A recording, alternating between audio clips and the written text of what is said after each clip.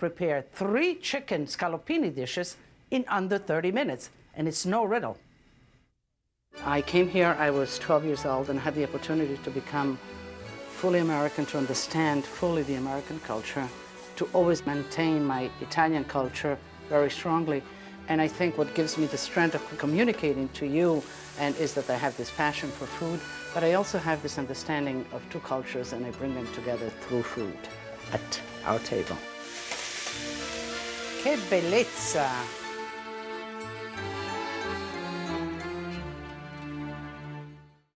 Buongiorno, benvenuti, welcome to my kitchen. And today we are doing chicken. Pollo, chicken in Italian. And we're going to do it 3 ways, and I know that you out there really like chicken because it makes nutritional sense and it's easy to prepare.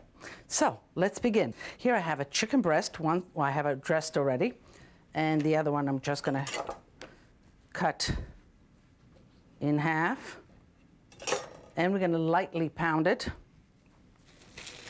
Now chicken cooks very quickly, so whatever you do, make sure that all the pieces are about the same density, so that when you cook, they're all cooked and yet they're not overcooked.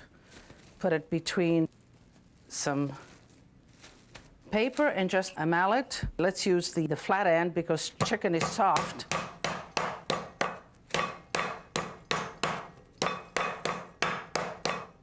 Okay, that looks good.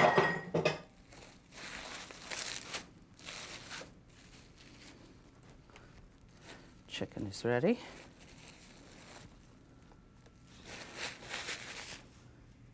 I'm going to just sort of lightly brown the chicken, and I'm going to do a little bit of olive oil and a little bit of butter. Now, butter has a sort of a lower smoking point or temperature than oil does, and I want the chicken, I don't want the chicken really in hot oil, so it sort of toughens up. I want it to caramelize slowly, make a nice sort of caramelization. And butter will help to sort of keep the temperature lower. Just slightly salted. And in flour, shake excess flour off. And I'm going to make this chicken marsala, the scallopini marsala. Remember, Italian restaurants really were popular, and still to this day, chicken marsala is enjoyed. Let's set the chicken in the pan and let it caramelize slowly. In the meantime, we'll address some mushrooms here. We have here the regular champignons, which are wonderful.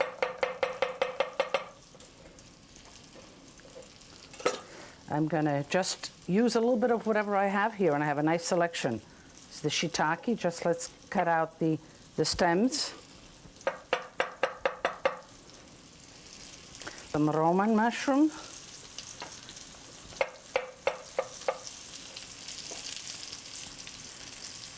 Some black trumpet mushroom. I think that'd be a nice addition, not only to the flavor, but also the color. Now the black trumpet, always be careful because, open them up, because it's right in the sort of neck of the mushrooms that you find sometimes pieces of dead wood and just pull them apart like that.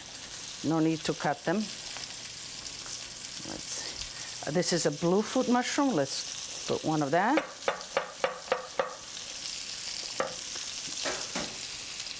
Let me just turn them around. We don't want to overcook them, although they'll be just about finished when I'm finished caramelizing them. The chicken will be just about finished. But we'll pull it out and then we'll saute the mushrooms. Here are some of the gnocchi mushrooms. Let's use just the tip here.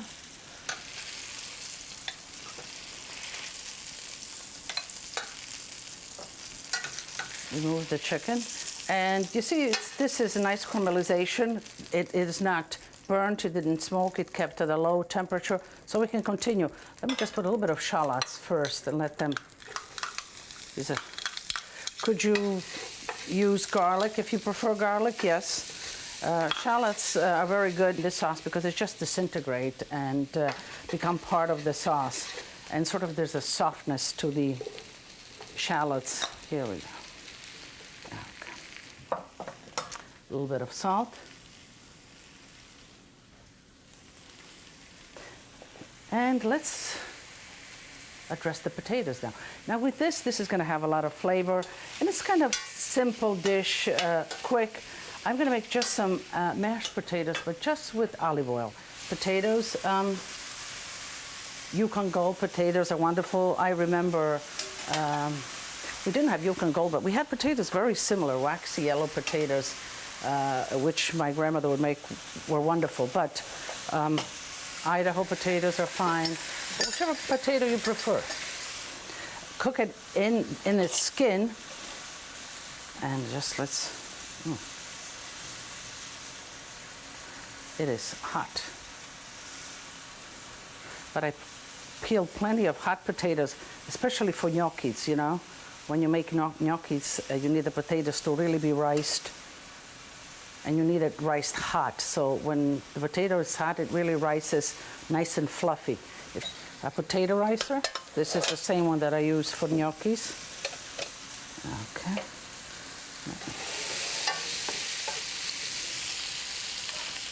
Return the chicken right in.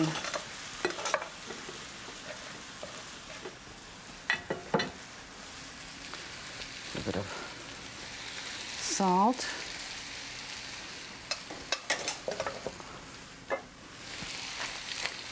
Fresh pepper. And now I'm going to sort of pick up really the flame. I'm going to add just a little bit of butter to make the sauce. And then some marsala wine.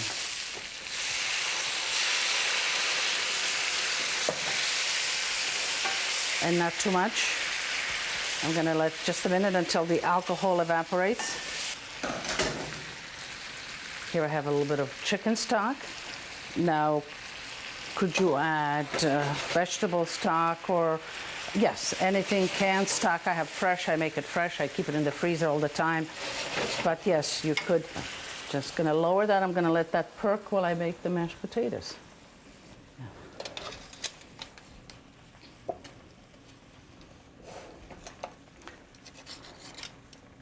This was usually the kids' job. We loved doing this for gnocchis or for mashed potatoes. Just squeezing the potatoes, we would have a lot of fun. So get your kids involved. Get everybody involved in cooking. Salt. A little fresh pepper.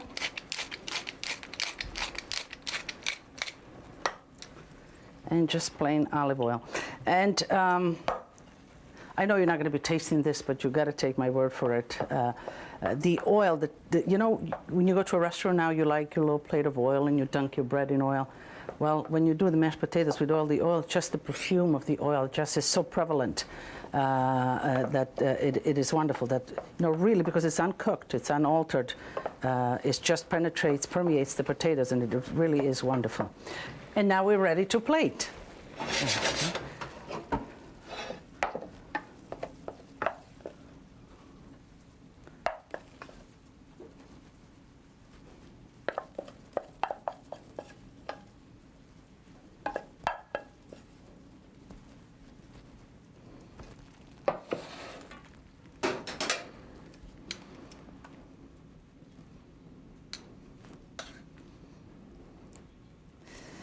This is a wonderful plate. That's one that you can make also family style for a lot of people, because the chicken sometimes can be unforgiving if it's overcooked.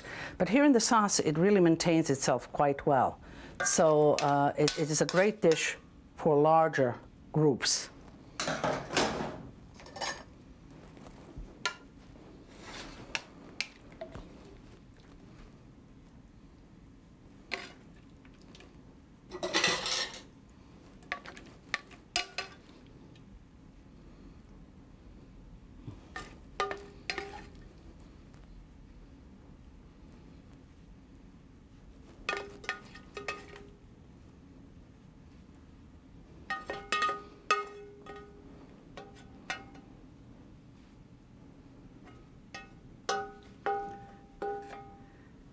And this is the consistency that you want. You don't want a very watery, you want sort of a molasses-like texture to the sauce, that you have enough to dress, because basically the chicken is cooked and it's coated. The potatoes have the oil in it, which are flavored in itself. So you don't need all that much sauce. And just a little bit of parsley to decorate it, and it is ready to go.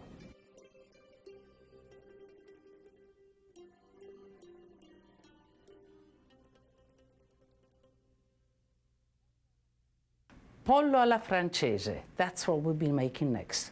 Francese, pollo francese, I don't know why they called it pollo alla francese when the Italians really made it and ate it. And I'm sure that you've had this dish with veal or even with pork, could be made in Italian restaurants over and over again. And it's simple and it really is good. So we have some breast of chicken, which we have pounded, and we're gonna flour them a little bit in egg and milk batter. And then we're gonna fry them. Here I have some vegetable oil heating. I'm gonna add some olive oil, just for flavor within the vegetable oil. Let me just salt a little bit the chicken, and then we'll flour them, shake the excess flour off.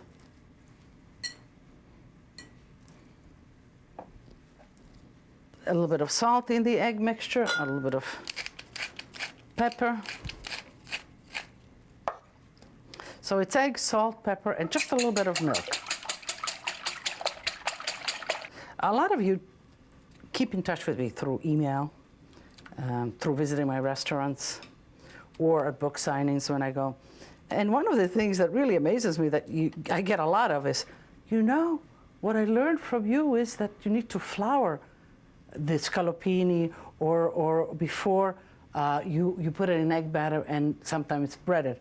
And I said, of course, because this is what seals sort of the meat, and this is where the egg adheres to. Shake off all the excess egg. Let's see.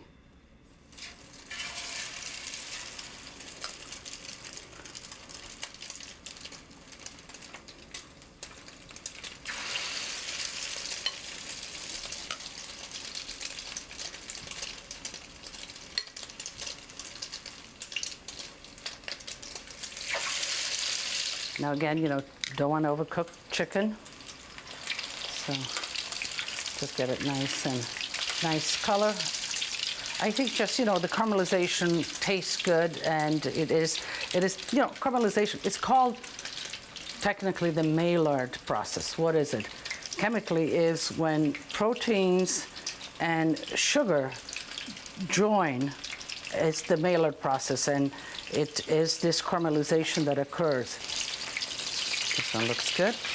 Drain it on a towel.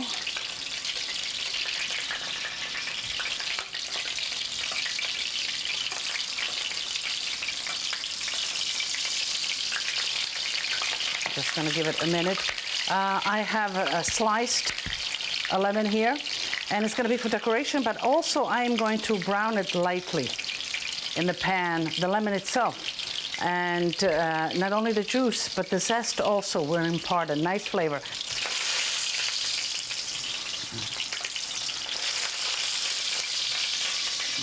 Okay. Let me just put a little bit of butter and a little bit of oil. Okay. Oops. It's kind of hot. Let me just lower the flame. And I'm going to just saute some of the lemon.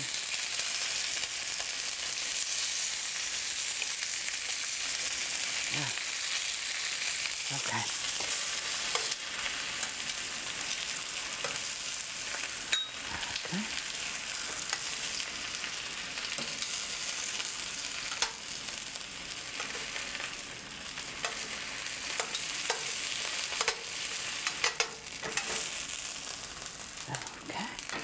And just each time, just take a piece of towel and clean up the pan, and then continue.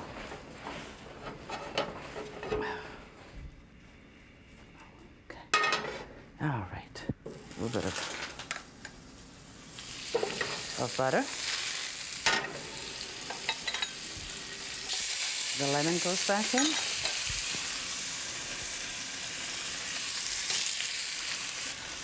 Okay. Let's squeeze the lemon right in there.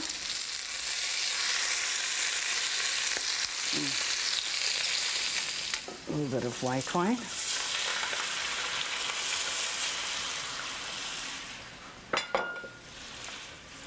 Just a little bit of stock.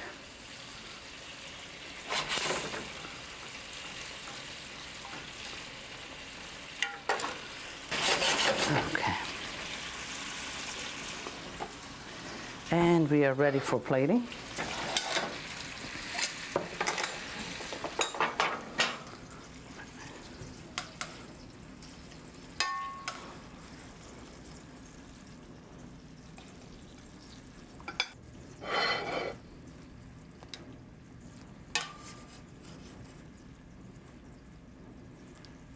Now I'm doing this family style. I think one or even two pieces, depends on how hungry your family is or how much of big eaters they are, would be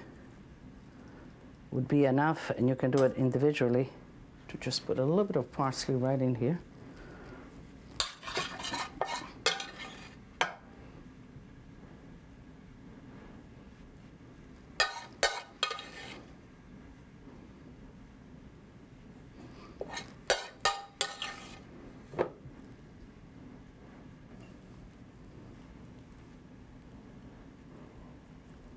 So here it is, chicken francese all'italiana. It really is Italian. It is quick and it is delicious.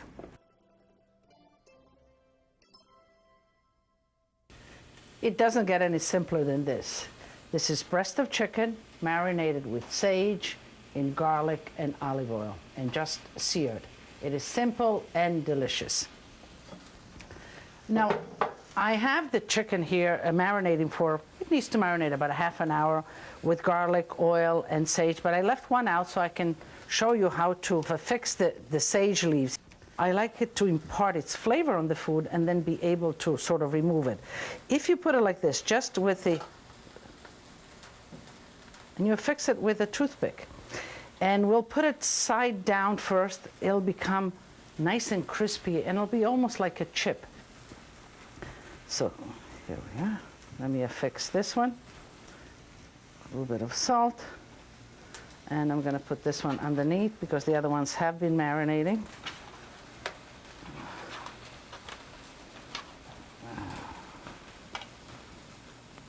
Okay. Now I have some spinach, just garlic and oil and spinach leaves, some slices of garlic. And that'll be the vegetable.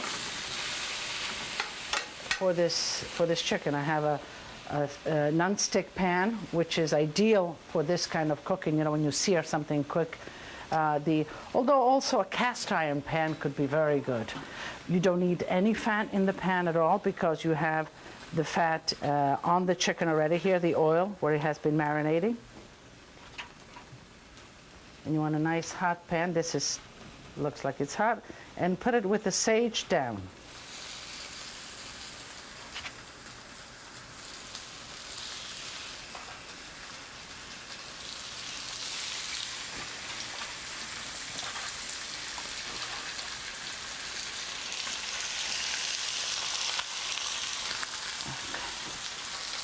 See, I want it nice and caramelized. I don't want it to overcook, but I do want it nice and caramelized. You know, I opened my first restaurant in 1971, which is quite a few years ago. And the restaurants, the Italian restaurant that was popular there was really Italian-American restaurant. Now, I didn't know Italian-American cuisine. It was a different cuisine than the one that I ate at home. We hired an Italian-American chef, and I became his sous chef for 10 years. And for 10 years, we cooked the Italian-American cuisine. Now, what is the Italian-American cuisine? Well, the Italian-American cuisine is a cuisine of adaptation. It's a really a wonderful cuisine because The first big influx of Italian immigrants came at the turn of the century, at the end of the 1800s and the beginning of the 1900s. And they came here with lots of food memories and recipes, not the products. They were missing a lot of the basic products, olive oil, Samarzano tomatoes. And so all these wonderful memories of cooking had to be interpreted in a different way.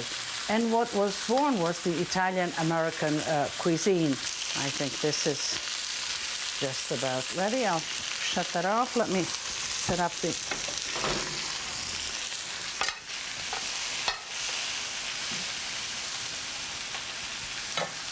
And garlic and oil. I mean, the Italian, American restaurants, for that matter, Italy today, vegetables prepared with garlic and oil are as traditional then as they are now, and I think will always be. Just some good, okay, this is all done. You just put it here for a moment. I don't want it to overcook.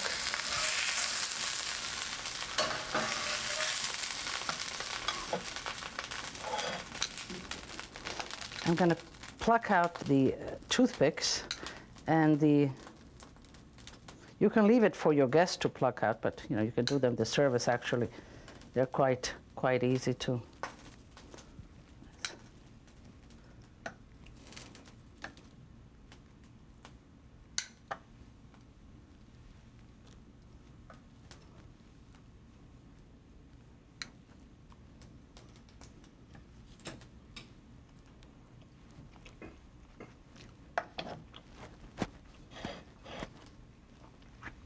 You can leave it just like this. I might like to put a little bit of fresh pepper on top, a drizzle of fresh olive oil. That is, if you're not really watching your diet. Not even half an hour has gone by, and here we have 3 chicken dishes. We have the chicken alla marsala over olive oil mashed potatoes, wonderful.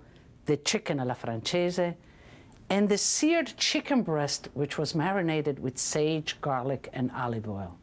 Delicious, simple and quick. And you know, that time has come again that I have to sacrifice for you, and I have to taste these dishes. Now, let's go for the chicken francese, since it's right here in front of me.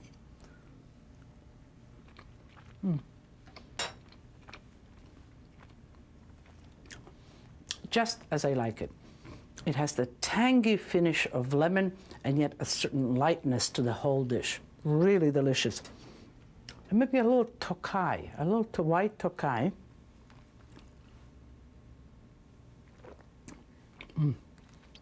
Very, very good. And of course, with all of these dishes full, it is time to go to the table. And as we say at my house, tutti a tavola a mangiare pollo. Oggi è la giornata del pollo. Today is a chicken day.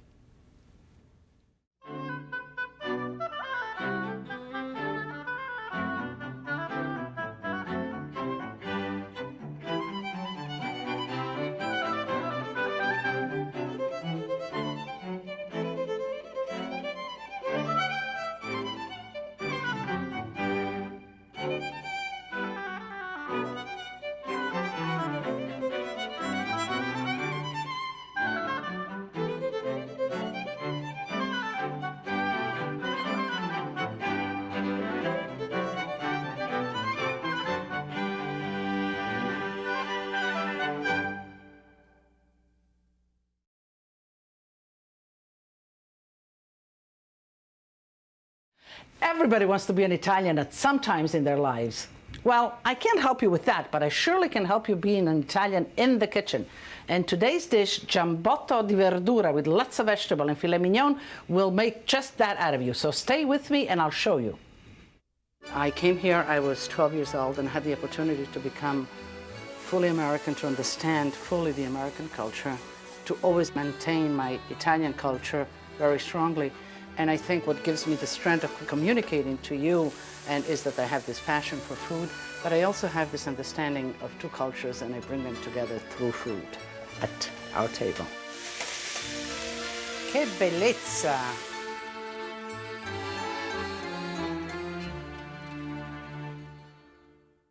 Buongiorno, benvenuti, benvenuti to my kitchen, benvenuti alla mia cucina. And you have a lot of vegetables here, very Italian, and you have a big piece of meat here, not very Italian. But this is the Italian-American cuisine. And giambotto is a recipe that I used to cook in my restaurants in 1971 when I first opened my restaurant, which was Bonavia, which was in Queens. I used to cook this dish and everybody loved it. It was really an Italian-American dish. So we're going to begin with potatoes. We're going to have zucchini and onions and peppers and basil and garlic and all of that, and I'll saute all of that, and then chunks of filet mignon and saute that, and then ultimately just dress it all together, and it's going to be wonderful. I have some potatoes parboiling here, and I think they're just right. Let me just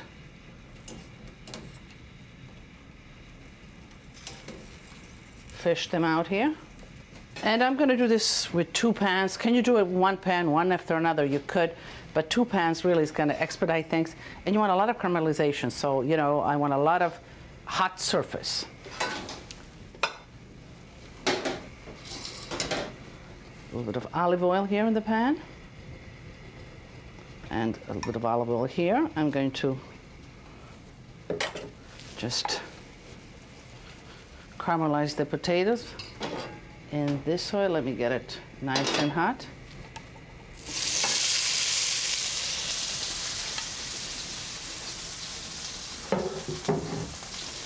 And here I have some onions, and I want big pieces. I want the onions chunky. I don't want the vegetables to sort of disintegrate. You want the vegetables to be cooked, but to have a nice bite and crunch. I'm just gonna cut the garlic in half, add it right here.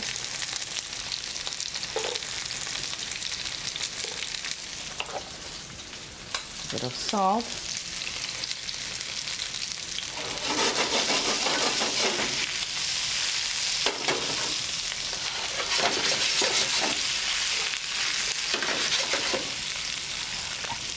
Now let's address the meat. Now this is a whole filet mignon, and the best part of the filet mignon is of course this part. So this dish is really ideal for all the other parts of the filet mignon. So if you buy the whole one, you want to save this. This is the traditional Chateaubriand or filet mignon where you just roast the whole thing and then slice it. The other parts can cut off and save it and make a great giambotto. Although I think we have a lot of guests coming for dinner tonight, so I'm going to cut off a piece, an extra piece, and I'm going to put the best part away. And again, I want big chunks.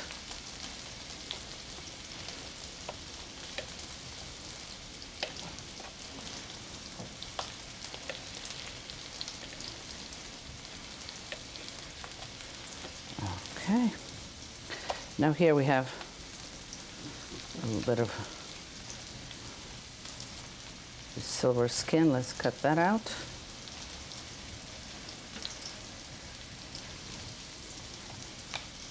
I'm going to cut this tip away because the tip is really tough here. Okay, let me cut that away. Let's go back, and I'm going to be going back and forth, so you follow me because I'm going to be going back and forth, caramelizing all of this.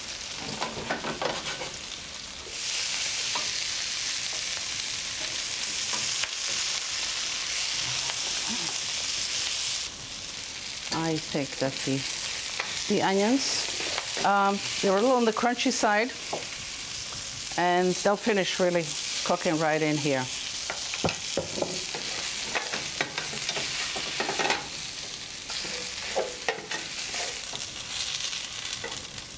Potatoes also.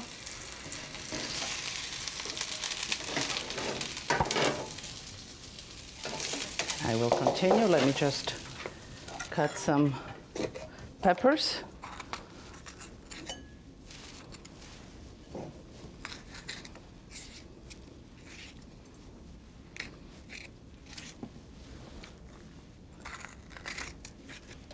You know, in Italy, sometimes I just see them rip vegetables apart like that. I don't know, does it make a difference? But it just feels good sometimes. And I kind of like sometimes this approach to rough cutting the vegetables rather than just being 100% on the square. And this will all look like a mosaic. I know I talk in terms of food sometimes as music, as art, but I guess they're related, you know. Beauty is beauty, whether it's in food, whether it's in music, whether it's in art. All set with this.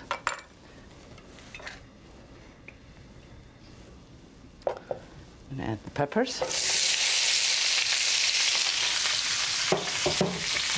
Let me do the zucchini. The zucchini, you know, zucchini, again, you want a nice firm zucchini. And you want them small and narrow, and try to get those. And make sure that this stem is nice and green, just like this one. That means that it is fresh. The longer the stem, the better it is, because the zucchini, even though it's waiting in the store to be bought, it has still some source of food, of water. And you see, this is perfectly, doesn't have, once it begins to have those big seeds in it, then it's problematic. And in that case, then you remove the seeds and you use just the outer part. Okay. A little bit of olive oil, and we'll fry the zucchini.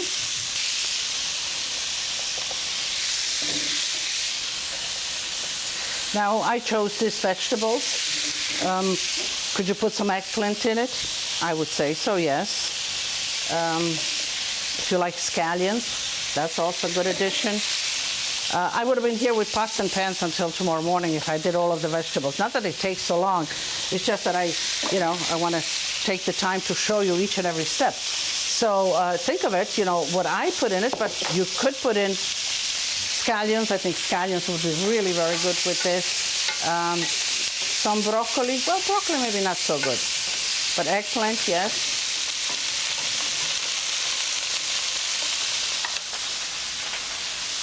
Bit of salt.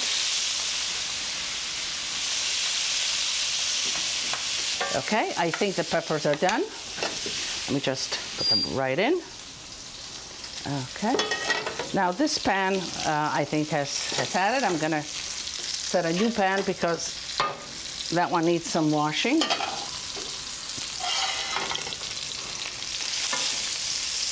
The zucchini also. Let me yes, just about done. They're a little al dente, but that's fine. We are ready for the meat. Now, when you sear the meat off, and you do that the last, I put no salt on the meat because salt, pulls out, especially when you grill steaks. Salt pulls out the juices, and we'll salt it later.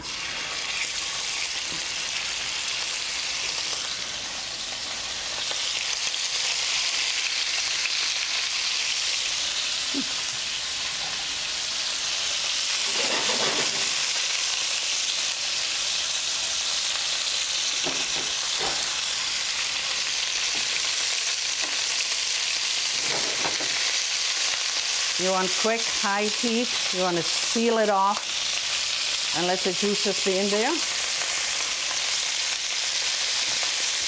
And of course, at this point, you can give it the cooking temperature that you want. If you want it medium, medium rare.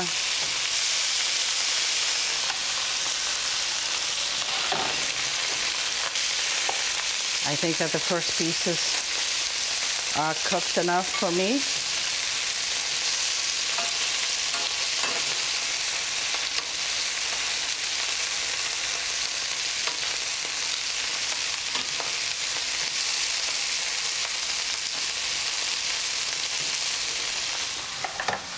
Okay, I can salt them at this point, I think.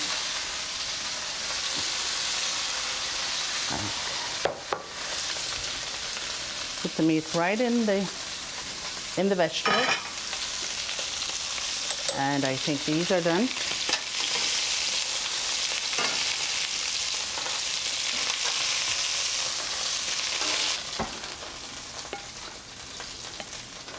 I think this is still all very warm. I could just put it back in the pan if you feel that it is that it is cool. Do you think that the vegetables are cool? Should we put them, give them a little? Okay.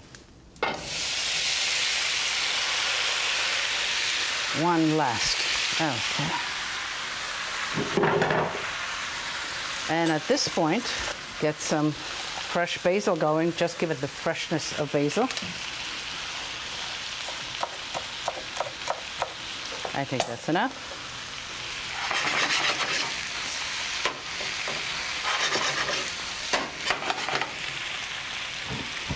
A little bit of heat, just a little bit of oil, raw oil, a little bit of peperoncino, a little bit of the basil. You see, it all falls. You thought I was never going to get finished. That I had all these pots going and all that, and I'm talking to you and I'm getting it done, and it's wonderful. It looks wonderful and it smells delicious. I think we're ready for the plating. Let me get a nice plate. And this is, of course, family style. A warm plate, nice large plate. And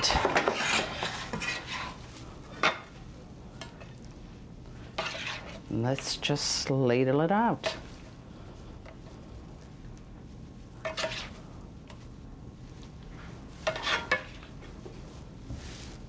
And this is Italian-American style. Giambotto, Italian-American style.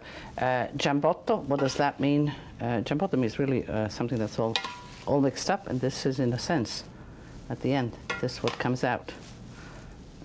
Okay.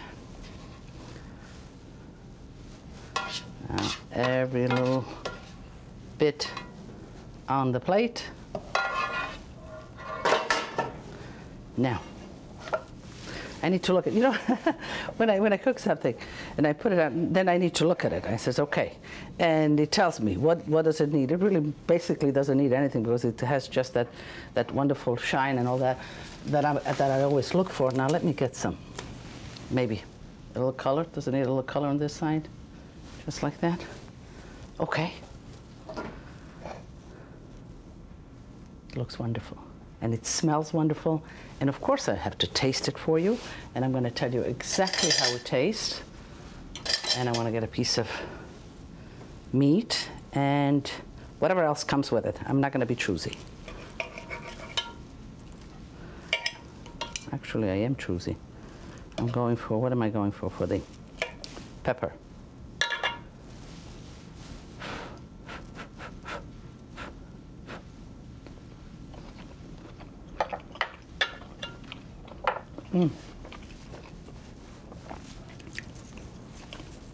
Just a little bit.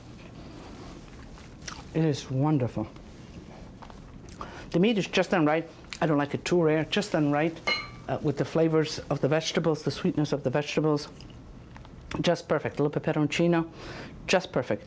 And of course, a dish like this, you need a nice glass of red wine. So, really good. I'm going to have another piece. I know I'm making you hungry, but I am going to have another piece.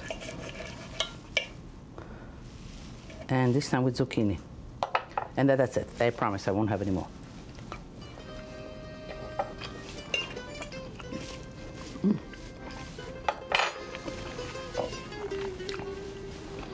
This will make an Italian out of you for sure.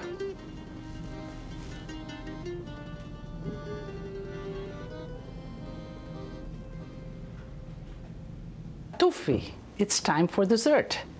Tartufi you've had. Tartufi is really truffles, those sort of truffles that you shave on risotto. But tartufi also means those ice cream little balls stuffed with pistachio and hazelnuts and cherries that you had in Italian restaurants. And they're really very simple to make. So let me show you. Now, let me address first pistachios. Pistachios, these are pistachios in a shell. They're very Italian. In Sicily, some of the best pistachios come out of Sicily. And it's a very Italian dessert flavor. Pistachio, coffee, amaretto, very Italian. So you just peel them right out of here. You blanch them. This is hot water. You just drop them in hot water. And then you peel them. They peel quite easily, see? So these are pistachios that have been blanched and peeled, and then you toast them to really maximize their flavor. And in this case, then we chop them up to stuff our tartufo. And of course, it's best if you make your own ice cream, but store-bought ice cream, it's perfectly fine, works perfectly fine. Keep sort of a container of warm water where you can dip your ice a scoop in and out of after each dip, and it facilitates and it cleans after. Get a good scoop of ice cream. And I'm going to fill this pistachio ice cream with pistachios and chocolate. Pistachio and chocolate go good together. I'm going to dip my finger right in the water, make a little hole, fill it with pistachios and chocolates. Okay, I think that has enough. Let me just use this to facilitate the closure of it. Okay. And let's go to the next flavor. The next one, I'll do chocolate ice cream, and I'll fill it with chocolate and hazelnuts. And of course, always toast the hazelnuts, for that matter, any nut, before you bake with it or even cook with it. You really maximize the flavor. Okay. Just make a hole and put some chocolate right in there. Let me stuck in some hazelnuts. You know, it's the surprise of it all once you break into it. It's the surprise of what you find in there. Okay, seal it off. And so the next one will be filled with amarene cherries and amaretto. Almonds and cherries really goes good together. And these cookies, you're familiar with these cookies. You've had them and you can buy them, and just take the back of the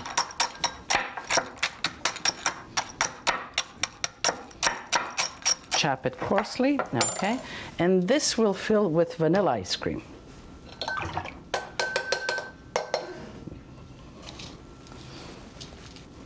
Put the amarene cherry, and the amarene cherries are, amarene, amaro means really bitter. They're the sour cherries in a sense, but they're sort of in a syrup. In Italy, they put them in a syrup. They're used a lot for desserts. And just stick in 1 or 2 pieces of the amaretto. And the amaretto, of course, has that bitter almond flavor, which is delicious also. Okay, seal it off.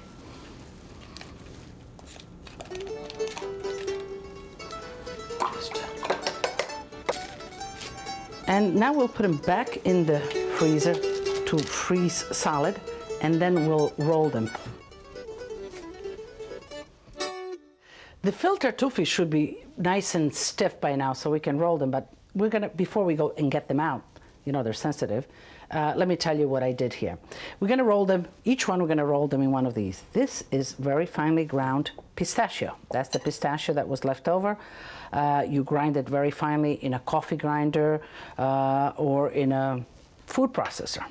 This, of course, is chocolate, and it's chopped fine, or again, with a coffee grinder, get it very fine, and give yourself some space because we're going to be rolling them right in here. And this is very finely ground, amaretto. This is very finely ground amaretto. All right, I'm all set. Get them out. Let me go in the freezer.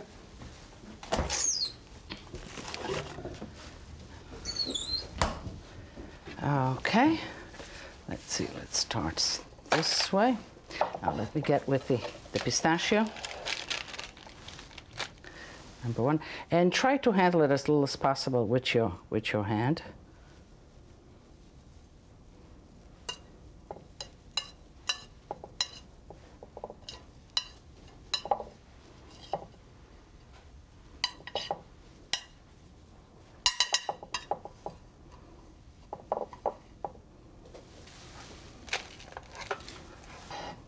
Now these are the hazelnut and chocolate. Quick, oy, oy.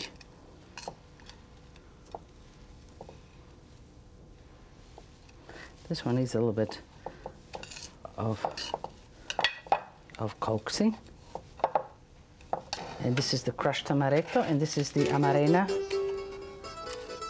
filling, amarena and amaretto, the amarena cherry and the amaretto filling. I'm going to put them right back in the freezer before they melt.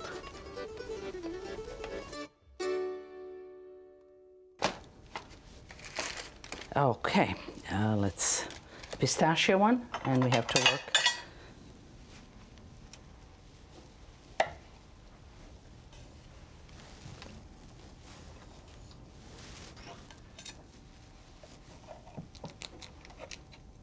Just put it in.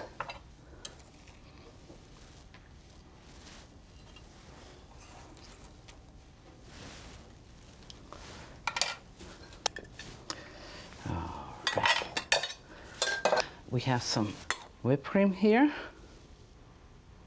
just a tad. Okay, I think that's enough. There's plenty of ice cream.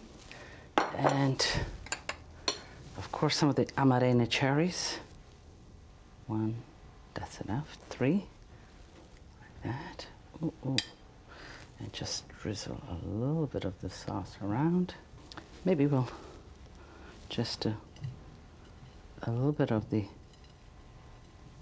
pistachio, a little bit of the amaretto.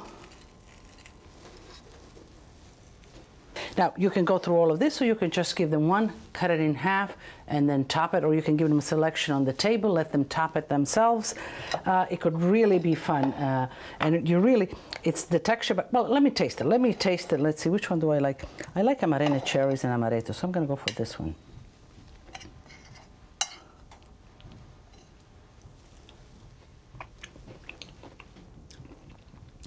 Really good. It's good. I mean, it's very, very Italian, even though we use the ice cream, simple vanilla ice cream, but it's very Italian, the amaretto. Really good. Really, really good. And since this is melting quickly and I need to bring it to the table, and of course, I want you to join me. So, tutti a tavola a mangiare e fare un dolce far niente. Dolce far niente, sweet nothings. Sweetly doing nothing, actually. That's what it translates in Italian. And sometimes in the afternoon, when they're having a little vin santo, or after a little coffee, sitting on the porch, it's a dolce far niente. So, tutti a tavola a mangiare.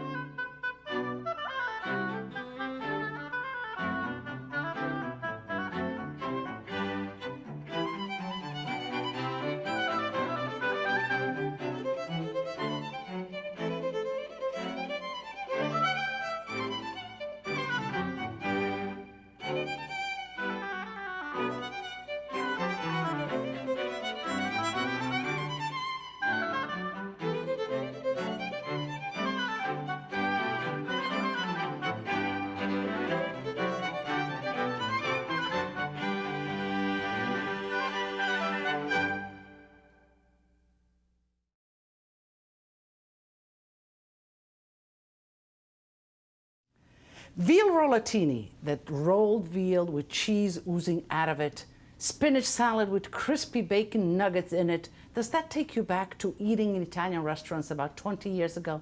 Well, it's still very good food, and today I will show you how to make it. I came here, I was 12 years old, and had the opportunity to become fully American, to understand fully the American culture, to always maintain my Italian culture very strongly. And I think what gives me the strength of communicating to you is that I have this passion for food, but I also have this understanding of two cultures, and I bring them together through food at our table. Che bellezza!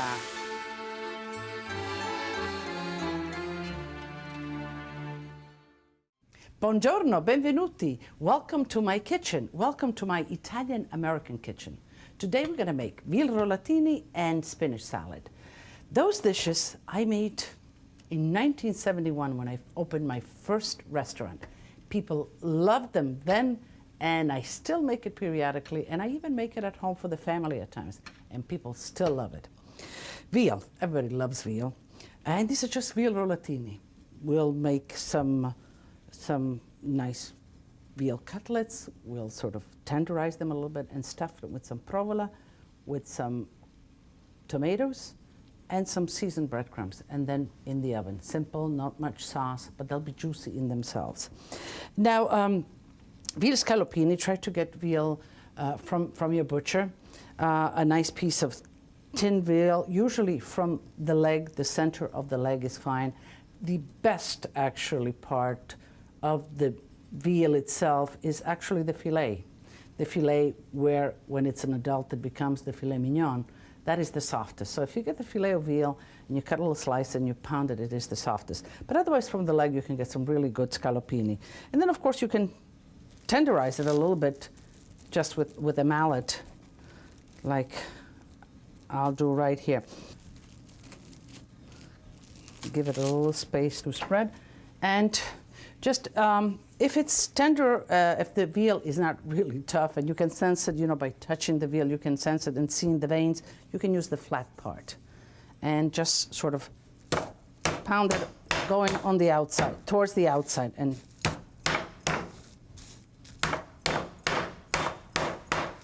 it's a little tough. Let's go to the, once you begin to use the teeth, you might break the cellophane paper, and then you might have to change it each time.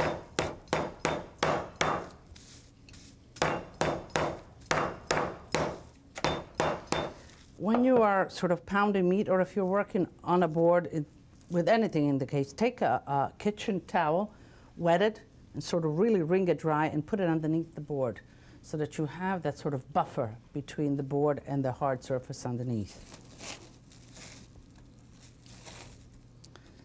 Okay, I think we have enough here.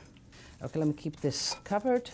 We'll fill in it in the roll. We'll fill just with little tomato strips and provola strips. So let me just blanch the tomato so I can peel it.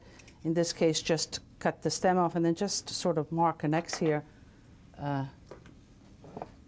Dunk it in boiling water. Let me get some iced water here. And the change of temperature, of course, between the hot and the cold will just make the skin come out. While that is sort of blanching, let me cut the provola.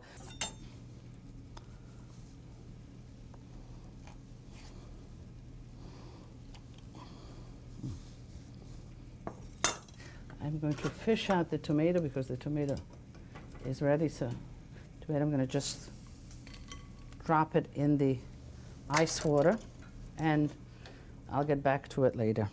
So you see that it has the, sometimes this light wax coating. Sometimes you can, if you're lucky enough to find one little one like this, which is really wonderful, but otherwise they have big ones, and you can buy pieces of the provola. And as it ages here, it gets stronger and stronger. Sometimes provola can be strong, and you might not like it. So try to get a fresh provola for this dish especially, unless you really like piquant things.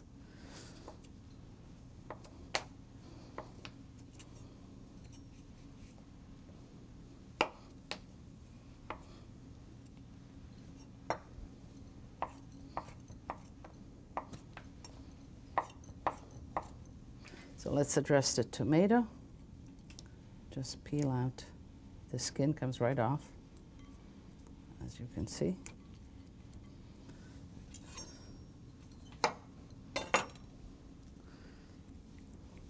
Let's clean the inside.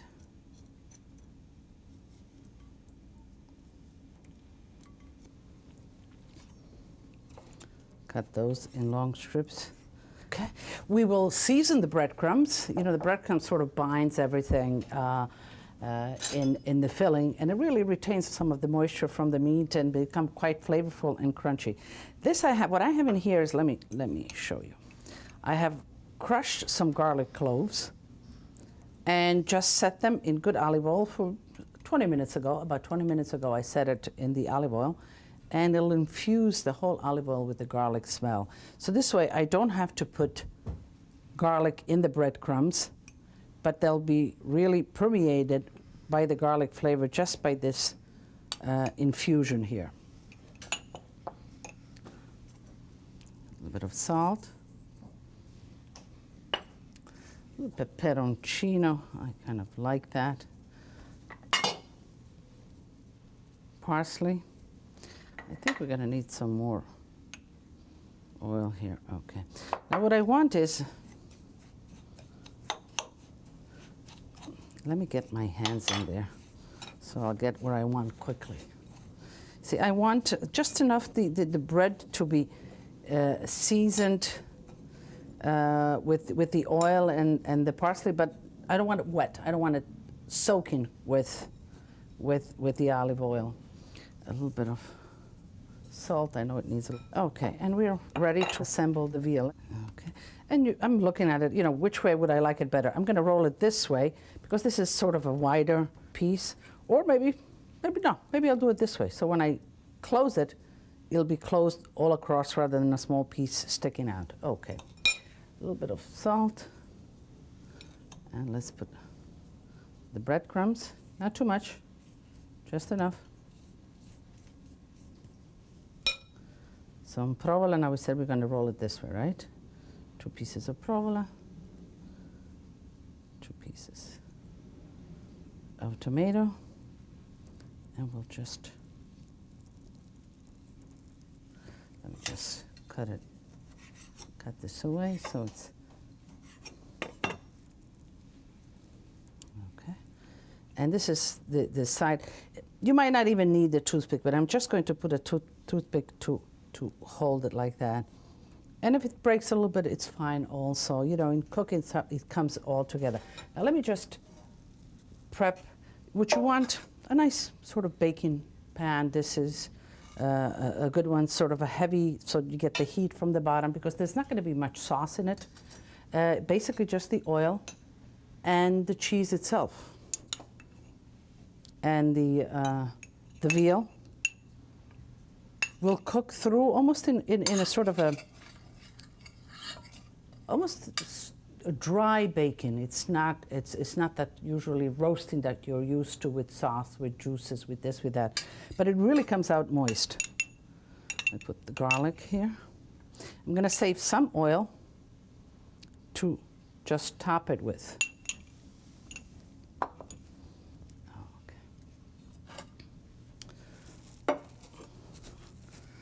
Do the rest again. I'm going to choose this side.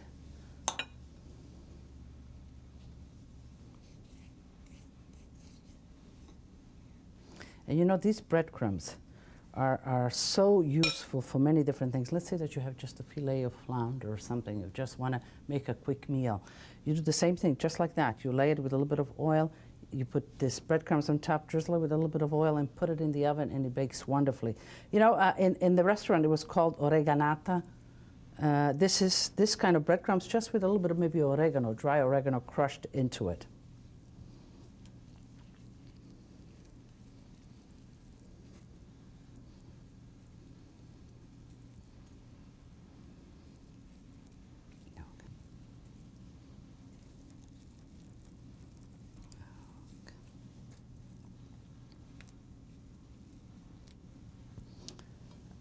Right.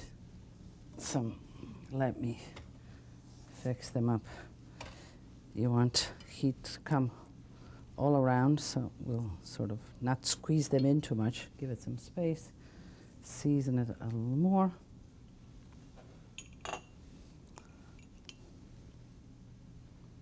Drizzle with a little bit of the oil.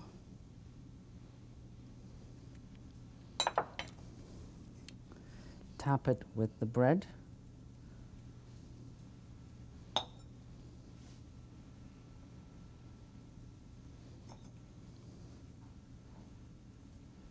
Just a drizzle of the oil.